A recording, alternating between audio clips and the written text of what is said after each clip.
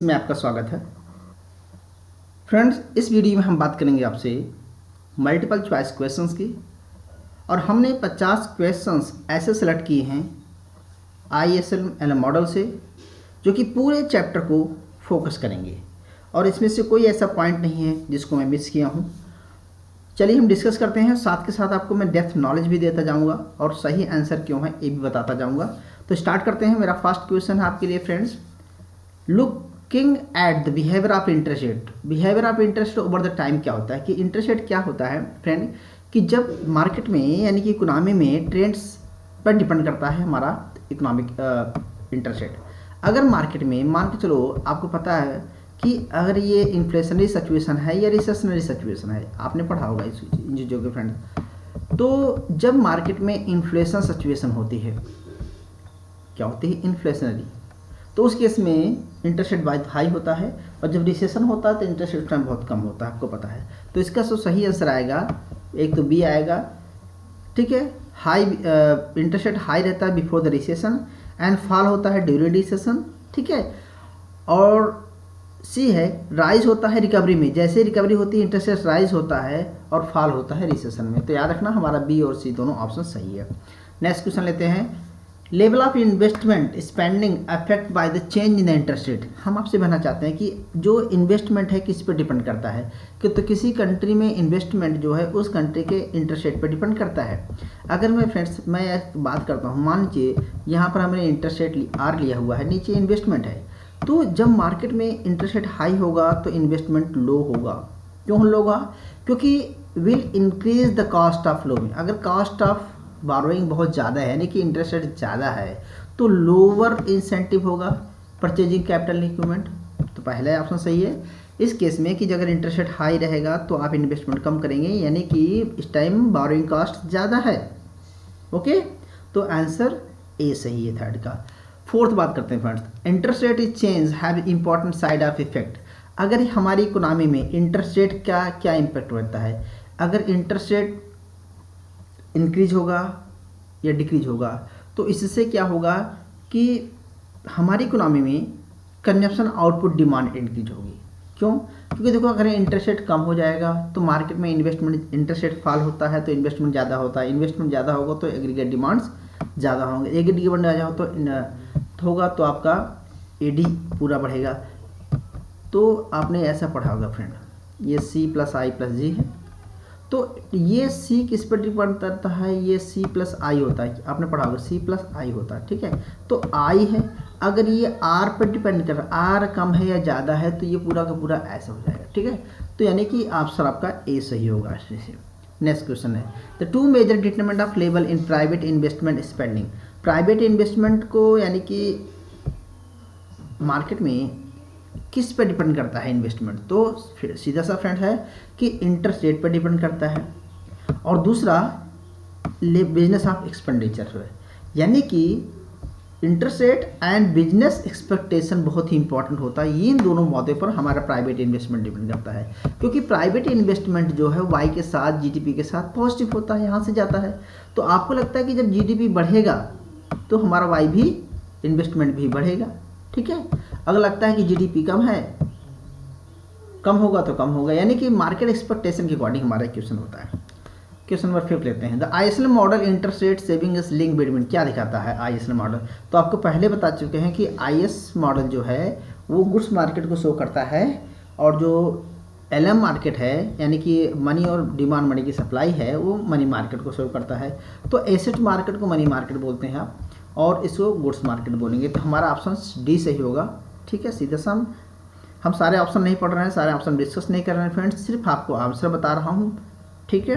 Next question लेते हैं हम, if the government labour transfer payment increase हो जाती है और सब कुछ स्थिर रहता है, ध्यान रखना मैं आप बहुत ही सिंपल क्वेश्चन बात करता हूँ फ्रेंड, कि अगर एक इकोनॉमी में हम यहाँ बात करते हैं, चलो बात यहाँ पर है, तो ये वाई है, ठीक है, ये सी प्लस आई है, यहाँ पर सब कुछ है, ए डी है, ये वाई है और इसके नीचे हम लेते हैं फ्रेंड्स कि ए आई एस, ठीक है। अच्छा, अब कह रहा है कि अगर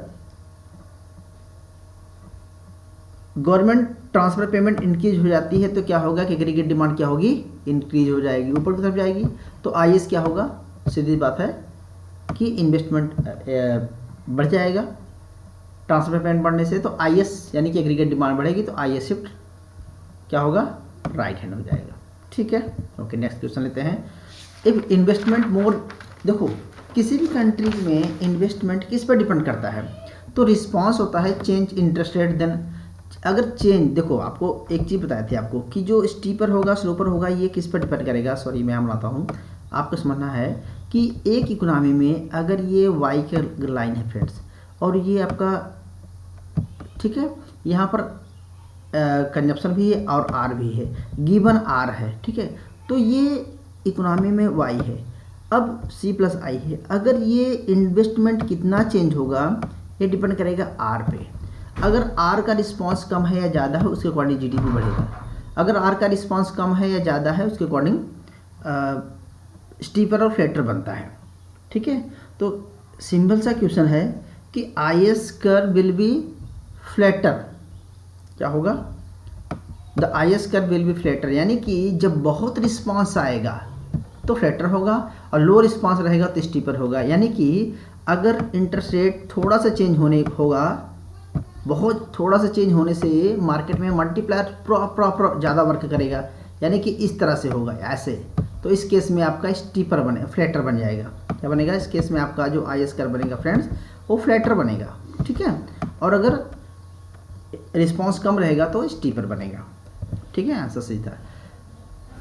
equation, that equation I S curve का इक्वेशन क्या होता है, सबको पता है फ्रेंड्स। आई एस कर्व का इक्वेशन क्या होता है कि अगर डिमांड कर्व से ड्राइव करते हैं तो इसका इक्वेशन क्या होता है। तो इसका जो सही ऑप्शन है इसको भी बोलते हैं और ये भी बोलते हैं, तो क्योंकि ये एग्रीगेट डिमांड है तो आई एस को ही एग्रीगेट डिमांड बोलते हैं। तो ये आई प्लस जी प्लस, देखो आई यहाँ है तो यह सेविंग बराबर होता है, जी यहाँ पर ट्रांसफर पेमेंट ट्रांसफर इनकम बराबर होता है, नेट पेमेंट नेट एक्सपोर्ट है, तो ये तीनों मिला दीजिए और इसको भी कर दीजिए, तो दोनों ही ऑप्शन सही है, यानी कि हमारा ई और ई ऑप्शन सही है। क्लियर है, ड्राइव डिमांड करेंगे तो इक्वेशंस का। Aspect of the I S curve good steeper, कहना चाहता है कि आई एस कर्व कब स्टीपर होगा, तो आपको पहले बताए थे हम फ्रेंड कि आई एस कर्व स्टीपर तब होगा जब मार्जिनल प्रोस्पेक्टेड सेव इंक्रीज होगा। क्यों, स्टीपर का मतलब होता है कि एमपीसी ज़्यादा है, तो यानी कि जब मार्केट में इंटरेस्ट एमपीसी ज़्यादा होने का मतलब होता है कि ये फिर स्टीपर होगा। अगर फ्लैटर होता तो एमपीसी कम होती, एमपीसी कम होती तो ठीक है, तो इस केस में स्टीपर फ्लैटर होने का सेविंग रेट ज़्यादा इंक्रीज होगा। ठीक है, तो हमारा ऑप्शन बी सही है। नेक्स्ट क्वेश्चन लेते हैं, which is the following true और move along with the I S curve. तो आपको मैं सीधे ऑप्शन पे आता हूँ। ये कहना चाहता है फ्रेंड कि lower interest rate with higher equilibrium level of output, सही है, सही है, ट्रू है। तो पहले हमारा ट्रू मिल गया क्योंकि हमने पढ़ा था फ्रेंड आई एस कर्व को ऐसे ही।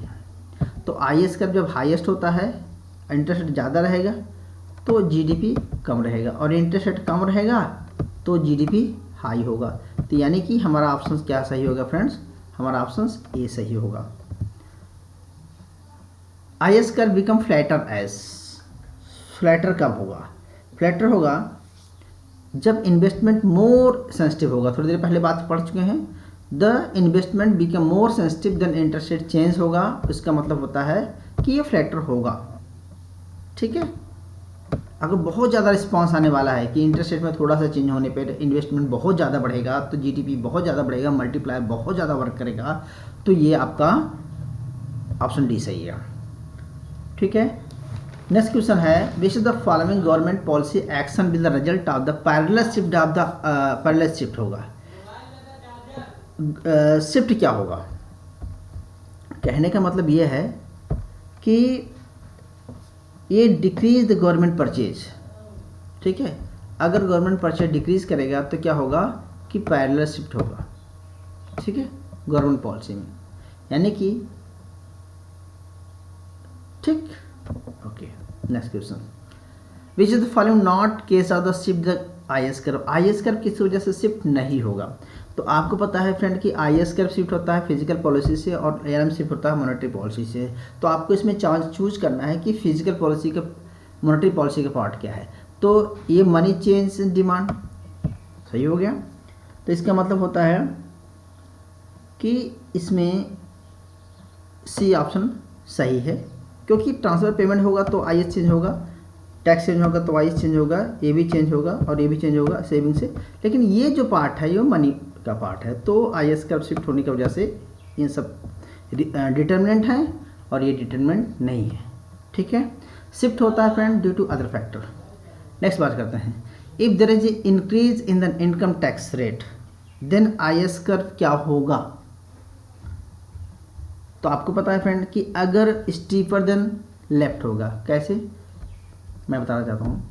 देखिए फ्रेंड्स, इंक्रीज इनकम टैक्स, अगर इनकम टैक्स इंक्रीज हो जाएगा, ठीक है, तो आपका कंजप्शन लेवल क्या होगा, कम होगा। कंजप्शन लेवल कम होगा तो एग्रीगेट डिमांड कम हो जाएगा, एग्रीगेट डिमांड कम हो जाएगा तो ये बैकवर्ड पीछे की तरफ हो जाएगा, तो शिफ्टेड लेफ्ट हैंड होगा। तो कहने का मतलब है कि IS जो है लेफ्ट हैंड शिफ्ट हो जाएगा। लेकिन क्यों होगा, क्योंकि इसका रीज़न ये है कि इनकम टैक्स बढ़ने से जो डिस्पोजेबल इनकम है Y में से कम हो जाएगी, और आपकी जब डिस्पोजेबल इनकम कम हो जाती है तो आपका कंजप्शन लेवल कम हो जाता है।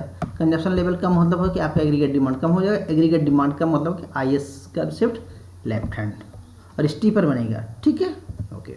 Next question, IS curve will become flatter, sorry यहाँ पर फ्लैटर होना चाहिए, फ्लैटर इफ़ क्या, फ्लैटर होगा D, एक्शन एट D। इसका आंसर सही क्या है फ्रेंड, आपका आंसर D आएगा, इनकम टैक्स रिड्यूस होगा। तो ये decrease in the autonomous investment, अगर ऑटोनोमस इन्वेस्टमेंट डिक्रीज होगा तो क्या होगा। ऑटोनोमस अगर इन्वेस्टमेंट डिक्रीज होगा तो इसका आंसर फ्रेंड्स A आएगा। क्या आएगा फ्रेंड्स, इसका आंसर A आएगा। Result in the shift the IS curve to left. ठीक है, डिक्रीज की बात करें। नेक्स्ट क्वेश्चन है, which is the following the equations IS curve. IS curve के इक्वेशंस क्या है, सबको पता है, फिर भी बता देना चाहता हूँ आपका। इसका आंसर बताइए फ्रेंड। इसका आंसर आपका हो गया B हो गया। ठीक है, क्लियर, इसका आंसर आपका B हो गया। ठीक है, इसका आंसर B हो गया। नेक्स्ट क्वेश्चन बताते हैं हम, in an ISLM model and point of the left hand below the IS curve indicate situation. So देखो फ्रेंड, आपको बताना चाहता हूँ, बहुत ये इंपॉर्टेंट क्वेश्चन है, अक्सर पूछा जाता है आपसे कि एक हम IS बनाते हैं, ये IS है और ये ALM है। ठीक है, ये कह रहा है कि situation where left and below LM ISLM and any point of the left and below, किसी भी लेफ्ट हैंड की बात करेंगे और उसके नीचे की पॉइंट ऑफ बात करेंगे। ठीक है, तो इसका मतलब हुआ ये कि अलग अलग टाइम पे अगर आप इस साइड जाएंगे, IS के इस साइड जाएंगे या ALM के ऊपर जाएंगे, तो ALM के आप जाएंगे या नीचे जाएंगे, तो इधर जाएंगे इंटरेस्ट रेट बढ़ेगा, इधर जाएंगे इंटरेस्ट रेट कम होगा, और इधर जाएंगे आप तो इंटरेस्ट रेट बढ़ेगा, इधर जाएंगे इंटरेस्ट रेट कम होगा। तो जब इंटरेस्ट रेट बढ़ता है फ्रेंड तो GDP कम हो जाती है, और इंटरेस्ट रेट घटता है तो GDP बढ़ती है। तो आपको यही देखना है इसमें से। तो इसका हमारा ऑप्शन क्या आएगा फ्रेंड्स, हमेशा A आएगा। अगर एक्सेस डिमांड है तो गुड्स एंड सर्विसेज, यानी कि वो लेफ्ट साइड में है। ठीक है, तो इसका मतलब होता है कि एक्सेस डिमांड है। ठीक है, एक्सपेंडिचर सेक्टर में। नेक्स्ट क्वेश्चन लेते हैं, in quantity of money demand accessed, अगर मार्केट में, समझो, ध्यान समझना कि अगर क्वांटिटी डिमांड में हमने पढ़ा था कि अगर मनी सप्लाई बढ़ जाती है फ्रेंड्स, अगर मार्केट में मनी सप्लाई इंक्रीज हो जाती है, तो जैसे मनी सप्लाई बढ़ती है लोगों की परचेजिंग पावर क्या होती है, बढ़ जाती है, तो मनी की वैल्यू कम हो जाती है लेकिन परचेजिंग पावर लोगों की बढ़ जाती है। तो इस केस में बॉन्ड प्राइसेस क्या होते हैं फ्रेंड्स, बहुत ज़्यादा फॉल होते हैं। क्यों, क्योंकि मनी सप्लाई, देखो ध्यान से सुनना, जैसे ही आपको एक चीज़ समझाता हूँ। पहले मैं, ये मनी की डिमांड है, ये मनी की सप्लाई डिमांड है। ठीक है, ये इंटरेस्ट रेट है, और ये फ्रेंड आपका ALM है, ऐसे बनता है, LM है। ठीक है, अब मैं बात करता हूँ, अगर मार्केट में मनी की सप्लाई, क्वांटिटी मनी एक्सेस हो जाती है, कि मनी की डिमांड मनी की सप्लाई से ज़्यादा है, यानी कि आप इस केस में हैं, ठीक, और इस केस में है मनी की डिमांड मनी की सप्लाई ज़्यादा है, तो आपका इंटरेस्ट रेट क्या होगा यहाँ पर फ्रेंड्स, फॉल होगा। और जैसे इंटरेस्ट रेट फॉल होगा तो बॉन्ड का प्राइस क्या होगा भी, ठीक है, सॉरी क्योंकि मनी की सप्लाई बढ़ेगी, ठीक है, तो बॉन्ड प्राइस क्या होगा, बॉन्ड का प्राइस क्या हो जाएगा, कम हो जाता है, फॉल होता है, लेकिन इंटरेस्ट रेट बिल राइज होगा नहीं।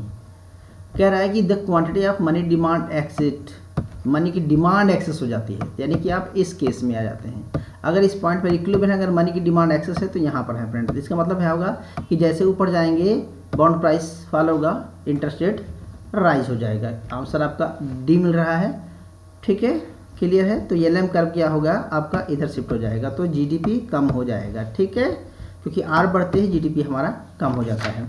तो आंसर आपका इसमें से डी सही है। नेक्स्ट आंसर लेते हैं friend, people will hold money if they expect,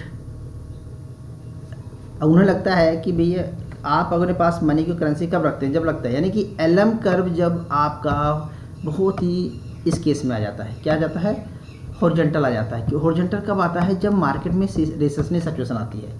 तो एलएम कर्व जब हॉरिजॉन्टल हो जाता है तो उस केस में क्या होता है कि yield on the bonds of price, यानी कि इस केस में जो आपका आंसर होगा, ठीक है, बॉन्ड प्राइसेस इस टाइम बहुत हाई हो जाता है, ठीक है, इस केस में बॉन्ड प्राइसेस राइज हो जाएगा। लोग अपने पास रखना चाहेंगे जब लगेगा कि बॉन्ड प्राइसेस राइज होना हो गए, ठीक है। नेक्स्ट क्वेश्चन लेते हैं friend, if the central bank increase the money supply the real money balance will rise, okay, and market में मनी सप्लाई बढ़ जाएगी तो M/P क्या होगा, रियल मनी बैलेंस, ठीक है, राइज हो जाएगा, ओके, एंड और क्या होगा, और होगा इंटरेस्ट रेट बिल फॉल होगा, ठीक है, क्लियर। आपको ही पता है कि जब मार्केट में मनी की डिमांड है, ठीक है, ये मनी की सप्लाई है, अगर मार्केट में मनी सप्लाई बढ़ जाएगी तो इंटरेस्ट रेट क्या होगा, फॉल होगा। तो आपको पता है कि M/P, अगर मनी की यहाँ पर मनी की डिमांड बताएंगे तो फ्रेंड क्या होता है, फार्मूला आपको बताया थ्योरम का, तो M/P होता है, M/P को हम रियल मनी डिमांड बोलते हैं, ठीक है, क्लियर है। तो मनी की सप्लाई घटेगी बढ़ेगी तो इससे भी रियल मनी बैलेंस चेंज होता है। तो हमारा ऑप्शन इसमें से ऑप्शन हमारा आएगा फ्रेंड, ऑप्शन हमारा बी सही है, ठीक है, मेरे हाथ से मिल गया, इंटरेस्ट बिल फॉल होगा। नेक्स्ट क्वेश्चन लेते हैं हम, इन मनी सेक्टर यानी कि मनी मार्केट में other things remain the increase the money supply bill क्या होगा। भाई अगर मनी मार्केट में आपको पता है दो चीज़ समझ लीजिए पूरा, एक है ये फिर एलएम है, ठीक है, यहाँ पर फ्रेंड हम एलएम लेते हैं और यहाँ पर लेते हैं मनी की डिमांड और मनी की सप्लाई, ठीक है। कह रहा है कि other thing same increase the money supply, अगर मनी की सप्लाई बढ़ जाएगी तो आर क्या होगा फ्रेंड, आपका फॉल हो जाएगा। आर फॉल होने का मतलब कि मार्केट में एलएम जो है इधर शिफ्ट हो जाएगा, हमारा जीडीपी और बढ़ जाएगा कुल मिला के। लेकिन ऑप्शन में हमें क्या देखना है, हमें ऑप्शन देखना है कि डिक्रीज इंटरेस्ट रेट, तो क्या होगा, इंटरेस्ट रेट डिक्रीज हो जाएगा, सीधा आंसर मिल रहा है। नेक्स्ट क्वेश्चन बात करते हैं फ्रेंड आपसे। नेक्स्ट क्वेश्चन ये है कि एलएम कर्व क्या शो करता है फ्रेंड। तो एलएम कर्व होता है combination of interest rate and income level such as the money and supply of demand equal. तो ऑप्शन आपका सिंपल क्या सही हो रहा है फ्रेंड, आपका सिंपल ई सही हो रहा है, ज़्यादा पढ़ने की जरूरत नहीं है कि ऑप्शन आपको मिल गया। नेक्स्ट बोलते हैं एलएम कर्व बी कब स्टीपर होगा, कब स्टीपर होगा, इफ़ जो है money demand become less sensitive to change in the interest rate. तो ऑप्शन आपका ए सही होगा इसमें फ्रेंड्स, याद रखना।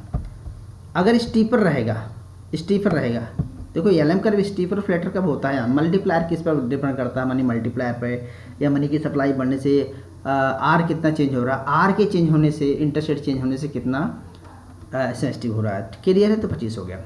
नेक्स्ट क्वेश्चन है 26 लेते हैं। If the change in the assumption the money supply is failed by the increase, assume that amount of money supply increase as the interest rate increase, then question समझ में आ गया होगा। तो इसका जो ऑप्शन है ये ए हो जाएगा, क्या होगा, the LM curve will be flatter हो जाएगा। नेक्स्ट क्वेश्चन लेते हैं। If the money demand become more income elastic then the LM curve क्या होगा। तो एलएम कर्व होगा बिकम ए स्टीपर, ठीक है, उसका अपोजिट हो जाएगा। फिर लेते हैं which is the following will result of the parallel shift of the LM curve right. किसकी वजह से एलएम कर्व पैरेलल शिफ्ट होगा? तो एलएम कर्व पैरेलल शिफ्ट होता है फ्रेंड कि due to other factor, interest rate की वजह से। तो इनकी डिग्री तो इंटरेस्ट कांस्टेंट रहेगा, ठीक है। इंक्रीज, तो इसमें से सही ऑप्शन आपका क्या मिल रहा है? सही ऑप्शन मिल रहा है कि an increase the money supply other factor है, ठीक है। से क्योंकि सेविंग चेंज होता है आर से, मनी की डिमांड चेंज होती है आर से, इन्वेस्टमेंट चेंज होता है आर से, लेकिन मनी की सप्लाई एक एक्सोनियस फैक्टर है, ठीक है, जो कि CRR, SLR open market operation में। तो इसका मतलब होता है कि शिफ्ट होगा जब सी ऑप्शन सही होगा 28 का। ISL मॉडल में increase the real money balance, एक ISL मॉडल है। मैं सिंपल बात करता हूँ, कुछ नहीं करना आपको फ्रेंड्स, ये बनाना है AIS है, LM है। कह रहा है कि अगर इंक्रीज द मनी सप्लाई बढ़ेगा तो क्या होगा? LM क्या होगा? Left hand right hand shift हो जाएगा। जब राइट हैंड शिफ्ट होगा तो R क्या होगा? डिक्रीज हो गया, और Y क्या हो गया आपका? इंक्रीज हो गया। लेकिन ऑप्शन में क्या आएगा आपका? ऑप्शन आपका जो सही आंसर आएगा वो क्या आएगा? इसमें से आएगा B, क्या? लोअर इंटरेस्ट रेट और इन्वेस्टमेंट इंक्रीज होना स्टैंडर्ड इनकम, सही है। तो ऑप्शन आपका क्या आ गया फ्रेंड्स? इसमें से B आ गया। क्लियर है? नेक्स्ट क्वेश्चन बात करते हैं। क्वेश्चन है कि which the equation of the LM curve के इक्वेशंस क्या होता है? तो बताने की बात नहीं है, ऑप्शन इसमें आपका D सही है, ठीक है, पता है आपको इक्वेशंस। नेक्स्ट लेते हैं, if there is a decrease the government transfer payment, अगर ट्रांसफर पेमेंट गवर्नमेंट डिक्रीज हो जाती है, ठीक है, ट्रांसफर पेमेंट गवर्नमेंट की अगर डिक्रीज होती है तो IS curve shift the left hand हो जाएगा। ट्रांसफर पेमेंट अगर डिक्रीज होगी तो IS curve shift left hand हो जाएगा। नेक्स्ट बात करते हैं, द LM कर्व होगा decrease the level, ISL model में decrease the level of government purchase will result. तो इस केस में क्या होगा? A और B दोनों सही हो रहा है फ्रेंड्स, हमारा क्या हो रहा है? A और B दोनों सही हो रहा है, यानी कि हमारा ऑप्शन E सही हो रहा है, ठीक है। एक्सप्लेनेशन करने की जरूरत नहीं है, ठीक है, आप देख लेना इसको। नेक्स्ट करते हैं, ISL मॉडल में डिक्रीज द ऑटोनोमस सेविंग, अगर मार्केट में ऑटोनोमस सेविंग कम हो रही है, यानी कि ऑटोनोमस सेविंग का मतलब होता है कि गवर्नमेंट टैक्स लगा रही है, ठीक है। तो अगर गवर्नमेंट टैक्स लगा रही है तो मतलब उसकी परचेजिंग पावर कम हो जा रही है, तो यानी कि आपका answer increase both income and interest rate. क्यों? क्योंकि ऑटोनोमस सेविंग कम होने के मतलब इन्वेस्टमेंट ज़्यादा हो रहा है, ठीक है, तो दोनों बढ़ेंगे, ओके। क्योंकि मार्केट में ऑटोनोमस सेविंग डिक्रीज हो रही है, तो जब सेविंग डिक्रीज होती है तो इंटरेस्ट रेट क्या होता है? बढ़ जाता है, और फिर इंटरेस्ट रेट, ठीक है, इंक्रीज हो जाएगा और इनकम भी इंक्रीज हो जाएगी। क्योंकि सेविंग कम है तो कंजप्शन ज़्यादा है, कंजप्शन ज़्यादा है तो डिमांड ज़्यादा है, डिमांड ज़्यादा तो यानी कि ऑप्शन आपका D सही है। नेक्स्ट सोच लेते हैं, एन ISL मॉडल में an increase the money supply will क्या होगा, ठीक है। अगर मार्केट में मनी सप्लाई बढ़ जाती है तो क्या होगा? तो आप इसको हम न्यूमेरिकली नहीं साफ करेंगे, यहाँ पर सिर्फ ग्राफिकली देख लीजिए। अगर ये है IS, ये है LM, इस केस में क्या आ रहा है कि money supply will increase, money supply increase करने से, ठीक है, तो मनी सप्लाई अगर हमने इंक्रीज कर दिया तो अच्छा, मनी सप्लाई करेंगे तो R फॉल हो जाएगा, ठीक है। जब R फॉल हो जाएगा, ठीक है, इसमें R फॉल होगा, जब R इंटरेस्ट रेट डिक्रीज हो जाएगा क्योंकि मनी सप्लाई बढ़ेगी, तो ये LM इधर आ जाएगा, R डिक्रीज हो जाएगा और हमारा Y भी इंक्रीज हो जाएगा, ठीक है। अच्छा, दोनों हो, तो ऑप्शन आपका C सही हो गया। नेक्स्ट क्वेश्चन लेते हैं फ्रेंड, ISL मॉडल में increase the parallel income tax will rise, तो इसमें ऑप्शन A सही हो रहा है, consumption and interest rate both increase investment, ठीक है। अगर इनकम टैक्स बिल क्या होगा? इंक्रीज हो जाता है, ठीक है, तो लोअर कंजप्शन हो जाएगा, कंजप्शन कम हो जाएगा, कंजप्शन कम हो जाएगा तो उधर फिर सेविंग क्या होगी? इंटरेस्ट रेट बट इंक्रीज हो जाएगा, क्योंकि सेविंग कम हो जाएगी तो इंटरेस्ट रेट बढ़ जाएगा और इन्वेस्टमेंट भी कम हो जाएगा, ठीक है, ऑप्शन ए सही है। क्वेश्चन नंबर 36 लेते हैं, द ISL मॉडल में एन इंक्रीजिंग ऑटोनोमस इन्वेस्टमेंट, तो अगर ऑटोनोमस इन्वेस्टमेंट इंक्रीज होएगा तो ऑप्शन आपका इसमें से will lead the increase in income and interest rate, ठीक है, ऑप्शन आपका C सही है, ठीक है, ओके। नेक्स्ट क्वेश्चन लेते हैं, in ISL model in the government decide to cut welfare spending, अगर गवर्नमेंट, बड़ा कॉम्प्लिकेटेड क्वेश्चन है फ्रेंड्स, देखना, अगर गवर्नमेंट ने, ध्यान सुना, ये दो है, IS है और LM है, इस केस में गवर्नमेंट डिसाइड करती है कि वेलफेयर के फंड को, जो गवर्नमेंट मतलब ट्रांसफ़र पेमेंट देती है, उसको कम करना है। जब उसको कम कर देगी फ्रेंड, तो इस केस में interest rate and level of consumption बहुत हद डिक्रीज हो जाएगा। क्या हो जाएगा? बहुत हद डिक्रीज हो जाएगा। क्यों हो जाएगा? देखिए, जब टैक्स रेट कम, गवर्नमेंट वेलफेयर कम कर देगी, तो गवर्नमेंट का जो बजट डिफिसिट है वो सरप्लस हो जाएगा, बढ़ेगा। तो गवर्नमेंट का सरप्लस होगा तो IS क्या होगा? सिर्फ क्या होगा? कम हो जाएगा। ठीक है, इससे इंटरेस्ट रेट और लेवल ऑफ कंजप्शन बहुत हद डिक्रीज हो जाएगा। ठीक है, क्यों डिक्रीज होगा? क्योंकि मार्केट में सेविंग बढ़ जाएगी, सेविंग बढ़ते ही इंटरेस्ट रेट कम हो जाता है। ठीक है, और इसे नेक्स्ट क्वेश्चन लेते हैं। आइसलैंड मॉडल में decrease the money supply bill, अगर मनी सप्लाई डिक्रीज हो जाती है तो क्या होगा? तो आप करके देख लीजिए क्या फ़र्क पड़ेगा इसमें। अगर मार्केट में मनी सप्लाई को हम डिक्रीज करते हैं, ये है सॉरी मनी की सप्लाई और मनी की डिमांड है, और एक तरफ हमारा ये है ISLM मॉडल है। ठीक है, तो अगर हमने मनी की सप्लाई को कम कर दिया, सॉरी मनी की सप्लाई बिल डिक्रीज कर दिया, डिक्रीज मतलब राइट हैंड हो गया, लेफ्ट हैंड हो गया, तो R हमारा बढ़ जाएगा। और जैसे ही हमारा R बढ़ेगा फ्रेंड्स, R बढ़ने का मतलब होता है कि LM आपका इधर हो जाएगा, शिफ्ट हो जाएगा, लेफ्ट हैंड शिफ्ट हो जाएगा, और LM शिफ्ट होने मतलब कि हमारा Y भी कम हो जाएगा और R भी बढ़ जाएगा। तो हमारा जो ऑप्शन आएगा and increase interest rate and decrease the income, यानी कि आपका ऑप्शन C आ गया है। नेक्स्ट क्वेश्चन लेते हैं। Monetary policy become more effective, आपको पता है, पहले आपको बताना चाहता हूँ कि आपने पढ़ा होगा क्राउडिंग आउट। ठीक है, तो अगर मॉनेटरी पॉलिसी हमेशा लॉन्ग रन में फुल इफेक्टिव होती है रखना आपने, ये शॉर्ट रन यानी कि क्लासिकल केस, मॉनेटरी स्टैंड और केनियन केस में। तो ये LM इस केस में रहता है, तो उस केस में अगर मॉनेटरी पॉलिसी शॉर्ट रन में इफेक्टिव नहीं होती, इस तरह से होती है, यानी कि इस केस में IS है और आपने IS है, तो आप देखेंगे कि इस केस में इंटरेस्ट रेट भी कम हो रहा है। ठीक है, और GDP ज़्यादा बढ़ रहा है। किस केस में? क्लासिकल केस में। केनियन केस में मॉनेटरी पॉलिसी इफेक्टिव नहीं होती है। तो ऑप्शन आपका 39 में से आंसर क्या आएगा कि इसका ऑप्शन आपका E आएगा, all of above. Monetary policy become more effective as the interest rate sensitive, ठीक है, एंड इन्वेस्टमेंट इंक्रीज होगा, सही है पहला option. Money demand become less sensitive, change the interest rate, ठीक है, ये भी सही ऑप्शन है। Marginal propensity to save decrease होगा इस केस में, ठीक है, क्योंकि इंटरेस्ट रेट, ठीक है, और इनकम टैक्स बिल डिक्रीज होगा। तो यानी कि मोर इफेक्टिव कब होगी? Become effective as all of above. ठीक है, आपको कई तरीके से समझा सकते हैं इसको। नेक्स्ट क्वेश्चन लेते हैं फ्रेंड। क्वेश्चन नंबर 40 है कि the monetary policy transfer multiplier is larger. ठीक है, तो अगर मल्टीप्लायर बहुत लार्जर है तो LM कर्व क्या होगा? स्टीपर, एंड LM कर्व भी फ्लैटर। तो ऑप्शन आपका इसमें से फ्रेंड हमारा A सही हो जाएगा। ठीक है, नेक्स्ट क्वेश्चन लेते हैं।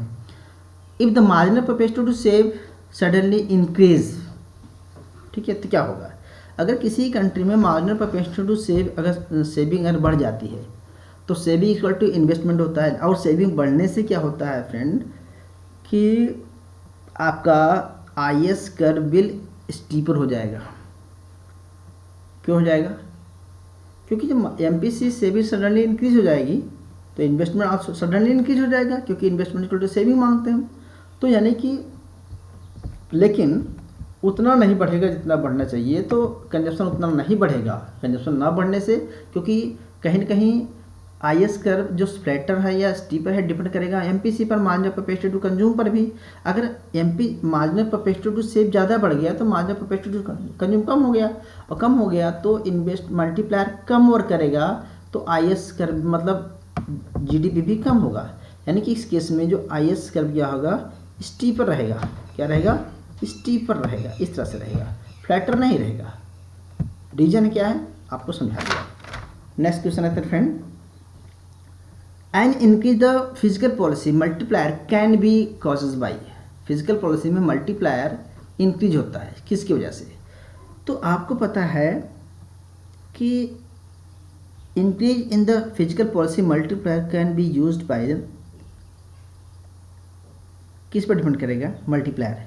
तो फिजिकल पॉलिसी में मल्टीप्लायर डिपेंड करता है फ्रेंड, इसको ऑप्शन हमारा बी सही हो रहा है कि an increase in interest rate sensitivity and more demand. तो इंटरेस्ट रेट पे डिपेंड करता है, मतलब मल्टीप्लायर किस पे डिपेंड करता है? इंटरेस्ट रेट पे कितना सेंसिटिव है, और वो किस पे डिपेंड करता है? एमपीसी पर और एमपीएस पर, और एमपीसी डिपेंड करता है मार्केट कंजप्शन पे, ठीक है, फिजिकल पॉलिसी पर। फिजिकल पॉलिसी टैक्स हो गया, एक्सपेंडिचर हो गया, उस पर डिपेंड करता है सी। तो ऑप्शन हमारा बी सही हो रहा है। Next question, and increase the interest sensitive more money demand will, ठीक है, तो मनी डिमांड विल इंक्रीज होगा, increase in interest rate sensitivity of money demand will, तो इसमें हमने decrease the size of money multiplier friends, ठीक है, option हमारा बी होगा, क्योंकि इंटरेस्ट रेट मनी डिमांड, ठीक है, हमारा ऑप्शन सही है, हमारा ऑप्शन बी सही होगा। नेक्स्ट क्वेश्चन बताते हैं, if government become more sensitive change in the interest rate then, तो देन इसका ऑप्शन होगा ए एंड डी आएगा फ्रेंड, कि size of physical policy multiply will decrease होगा और size of monetary policy multiply will increase होगा। याद रखना कि अगर बहुत ज़्यादा सेंसिटिव होता है तो ये मल्टीप्लायर डिक्रीज होता है फिजिकल पॉलिसी में और मॉनेटरी पॉलिसी में इंक्रीज होता है, इसको आपको समझ लेना, रट लेना है। नेक्स्ट क्वेश्चन लेते हैं, if the money demand become more sensitive to change in income then इसमें से बी और सी दोनों ऑप्शन सही माना हमने, कि बी का मतलब फ्रेंड होगा कि एलएम का बिल स्टीपर होगा और एडी कर बिल भी फ्लैटर होगा। नहीं समझाया? अभी समझाता हूँ आपको। देखिए, हमने ये बताया था फ्रेंड कि जो ये आईएस है, ठीक है, और ये एलएम है, ठीक है, और यहीं से हम निकालते हैं फ्रेंड आपका एडी कर। तो कह रहा है कि if money demand book more sensitive, यानी कि मनी की डिमांड मोर सेंसिटिव, यानी कि इंटरेस्ट रेट थोड़ा सा कम होगा तो मनी की डिमांड बहुत ज़्यादा बढ़ेगी, यानी कि एलएम कर बहुत ज़्यादा इधर जाएगा, तो जो डिमांड कर्व भी है वो एडी बहुत ज़्यादा ये हो जाएगा। तो यानी कि ऑप्शन आपका बी सही हो रहा है, एलएम का बिल स्टीपर होगा और सी हुआ एडी कर बिल भी फ्लैटर होगा। तो एडी फ्लैटर होगा तो ये स्टीपर होगा, ठीक है, ये एडी फ्लैटर कब होगा? जब स्टीपर होगा, ठीक है। नेक्स्ट क्वेश्चन लेते हैं friends, an in decrease in income tax rate will, तो आपका जो ऑप्शन है decrease the slope of the AD curve, ठीक है। अगर इनकम टैक्स बढ़ जाएगा तो आपका कंजप्शन कम बढ़ जाएगा, कंजप्शन बढ़ जाएगा तो एग्रीगेट डिमांड्स कम हो जाएगा, तो decrease of the slope of the aggregate demand हो जाएगा। नेक्स्ट क्वेश्चन लेते हैं, the movement along AD curve left to right equivalent shift to, देखो सामने कि हमने ध्यान समझना पहले क्वेश्चन को, पहले आप समझ लीजिए, ठीक है। हमने यहाँ लिया है आईएस, यहाँ लिया है एलएम और इसी के नीचे ले सकते हैं, लेकिन हमने यहाँ एडी हमने यहाँ ले लिया, ठीक है। अब कह रहा है कि AD curve from left to right, ठीक है, लेफ्ट से राइट यानी कि इधर जा रहा है, ठीक है। तो किसके इक्वलेंट, क्या शिफ्ट होने से होगा? तो ये शिफ्ट होने से होगा ए, क्योंकि एलएम कर्व राइट शिफ्ट जाएगा तो रियल मनी बैलेंस क्या होगा? कम हो जाएगा, तो लोगों की डिमांड रियल मनी बैलेंस बढ़ जाएगा, तो इंक्रीज हो गया तो लोगों की डिमांड बढ़ जाएगी, यानी कि ठीक है, एलएम जो है जैसे लेफ्ट जाएगा तो ए भी एक सेम जाएगा। क्लियर? ओके, इस पर से बस। नेक्स्ट क्वेश्चन आता है फ्रेंड्स, बहुत ही इंपॉर्टेंट क्वेश्चन है, slope of the AD curve will become flatter. थोड़ी देर पहले आपको बता चुके हैं कि फ्लैटर होगा तो इसमें money demand become more elastic and investment become more interest rate elastic, यानी कि हमारा ए और सी सही हो रहा है, दोनों की वजह से क्या होगा? ये फ्लैटर होगा, ठीक है। ग्राफ में आप समझ सकते हैं। Slope of the AD curve become steeper कब होगा? तो इसी को हमने अपोजिट बना दिया फ्रेंड, कि स्टीपर तब होगा जब money demand become more interest rate elastic होगा, ठीक है। आंसर आपका बी सही हो रहा है। फ्रेंड लास्ट क्वेश्चन लेते हैं, बहुत ही इंपॉर्टेंट है, which is the following equation of the AD curve. तो एडी कर्व का इक्वेशन क्या होता है, ISLM मॉडल से हम एडी कर्व ड्रा करते हैं। तो इसमें हमारा ऑप्शन फ्रेंड डी होगा। और थोड़ा सा यहाँ पर गलती हो गया कि y इक्वल टू लिखना चाहिए GA + T, तो ऑप्शन हमारा डी सही है। ठीक है friends, so next, thank you. अगर आपको मेरी वीडियो पसंद आई हो please support and subscribe my channel. Thank you.